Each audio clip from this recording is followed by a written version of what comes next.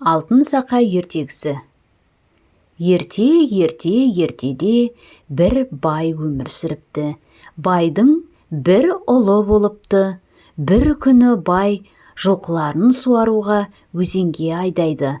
Жылқылар өзенге жақындамай, үркіп, киін қашады. Бай өзенге барып қараса, өзен бетінде бір қызыл өкпе қалқып жүреді. Бай таяғымен өкпені түртіп қалады. Өкпе суға батып, қайта шыққанда мыстанға айналады. Мыстан байды ұстап алып жібермейді. Бай айтады: «Мені жіберші, осы жылқыларымның бәрін саған берейін», дейді.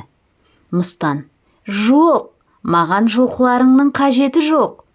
Ұлыңның жақсы көретін алтын сақасын бер», дейді.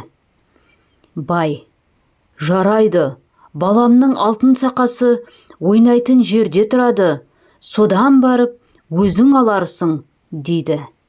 Мыстан: «Жарайды», деп байды қоя береді.